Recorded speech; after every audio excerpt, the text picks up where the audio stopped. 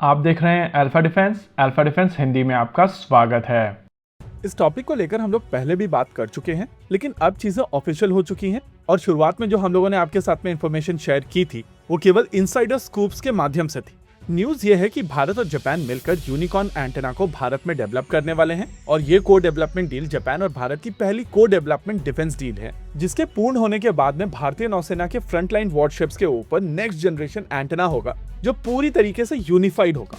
सबसे पहले इस अनाउंसमेंट को समझते हैं कि क्यों हम लोग कह रहे हैं कि अब चीजें ऑफिशियल हो चुकी हैं। जापान की प्रधानमंत्री भारत में थी और उनकी इस समिट के दौरान भारत के प्रधानमंत्री नरेंद्र मोदी ने उनकी प्रेजेंस में कहा था कि यूनिकॉर्न एंटेना का को डेवलपमेंट भारत और जापान के केस में एक नया चैप्टर होने जा रहा है। यानी कि भारत में हाईएस्ट लेवल पर यह चीज कह दी गई है कि जापान और भारत मिलकर यूनिकॉर्न एंटेना को भारत में को डेवलप करेंगे। अच्छा, इसके सिग्निफिकेंस को समझिए। ये एक नेवल एंटेना है जिसको नोरा 50 इंटीग्रेटेड मास्ट कहते हैं और इस मास्ट को भारत में बीईएल द्वारा बनाया जाएगा। यहाँ पर यह समझना बहुत जरूरी है कि बीईएल वो कंपनी है जो भारतीय नौसेना के लगभग सभी शिप्स के एंटेनास बनाती है और इसी वजह से ये पूरा का पूरा डेवलपमेंट काफी इंपॉर्टेंट हो जाता है। अच्छा, इसकी शुरुआत हुई थी साल 2024 में जब भारत और जापान के बीच में टोक्यो में एक एमओयू साइन हुआ था। हालांकि तब अंडरस्टैंडिंग थी कि ये शायद चीजें आगे ना बढ़े क्योंकि जापान और भारत के बीच में पास में बहुत सारे डिफेंस मैटर्स ऐसे ही ठंडे बस्ते में चले गए थे। अच्छा, भारत सरकार की तरफ से जो टर्म यूज की गई है वो है को डेवलपमेंट,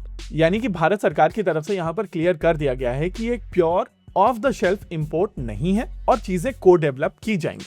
अब यहाँ पर को डेवलपमेंट का मतलब क्या है उसको समझने की कोशिश कीजिए। कम्युनिकेशन सिस्टम्स में यूज होने वाले ट्रांसमीटर और रिसीवर इंडियन हो सकते हैं, लेकिन इस सिस्टम के बेसिस पर डिजाइन इन्फ्लुएंस पूरी तरीके से जापानीज होगा। यानी कि सिस्टम एज सच होगा लेकिन भारतीय नौसेना के रिक्वायरमेंट के लिए टेलर मेड होगा।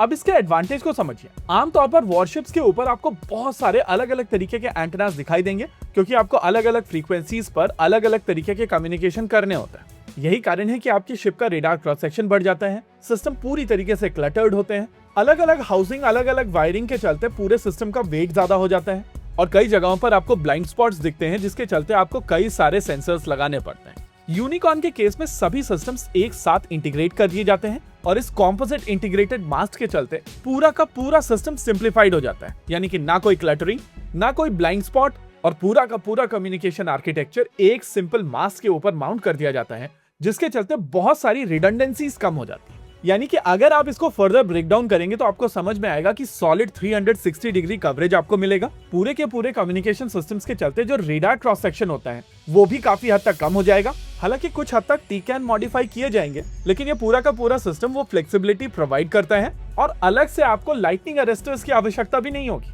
ओवरऑल अगर सबसे इंपॉर्टेंट एस्पेक्ट की बात की जाए तो वो है स्टेल्थ। नॉर्मल सिस्टम्स पूरी तरीके से बिखरे हुए होते हैं और ये यूनिफाइड सिस्टम सीधे सीधे आपके पूरे सिस्टम की स्टेल्थ बढ़ा देगा।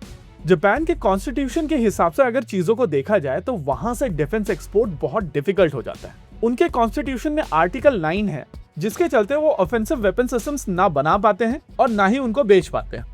इसके अलावा न्यूक्लियर वेपन सिस्टम्स को लेकर अगर उनके 3 प्रिंसिपल की बात की जाए तो वहां पर भी ये चीज क्लियर है कि ना वो बनाएंगे, ना प्रोसेस करेंगे और ना ही रखेंगे। लेकिन साल 2014 में शिंजो आबे के साथ में चीजें चेंज हुई थी और जब बात की जाती है पीएम तकाइची की तो चीजें बहुत ज्यादा सिग्निफिकेंटली मूव हुई। पीएम तकाइची पूरी तरीके से प्रो डिफेंस है और ये यूनिकॉर्न मास्ट को लेकर चीजें अगर स्टार्ट होती हैं तो आगे चलकर जापान और भारत मिलकर बहुत सारी ऐसी चीजों के ऊपर काम कर सकते हैं जिससे जापान को वॉल्यूम मिलेगा और भारत को टेक्नोलॉजी। अच्छा, भारत के लिए ये क्यों मैटर करता है वो भी समझ लीजिए। एक, भारत के शिप्स ज्यादा स्टेल्दी हो जाएंगे और दूसरा, अगर जापान और भारत के बीच में कॉपरेशन आगे बढ़ता है तो पोटेंशियल इनॉर्मस है। यानी कि जैसा कि प्रधानमंत्री नरेंद्र मोदी जी ने कहा है कि ये भारत और जापान के बीच में एक नया चैप्टर है, वो बात हम सभी के साथ में रेजोनेट होती। इसी के साथ आज के इस वीडियो में रखते हैं केवल इतना ही। वीडियो को अंत तक देखने के लिए धन्यवाद। देखते रहिए अल्फा डिफेंस। जय हिंद।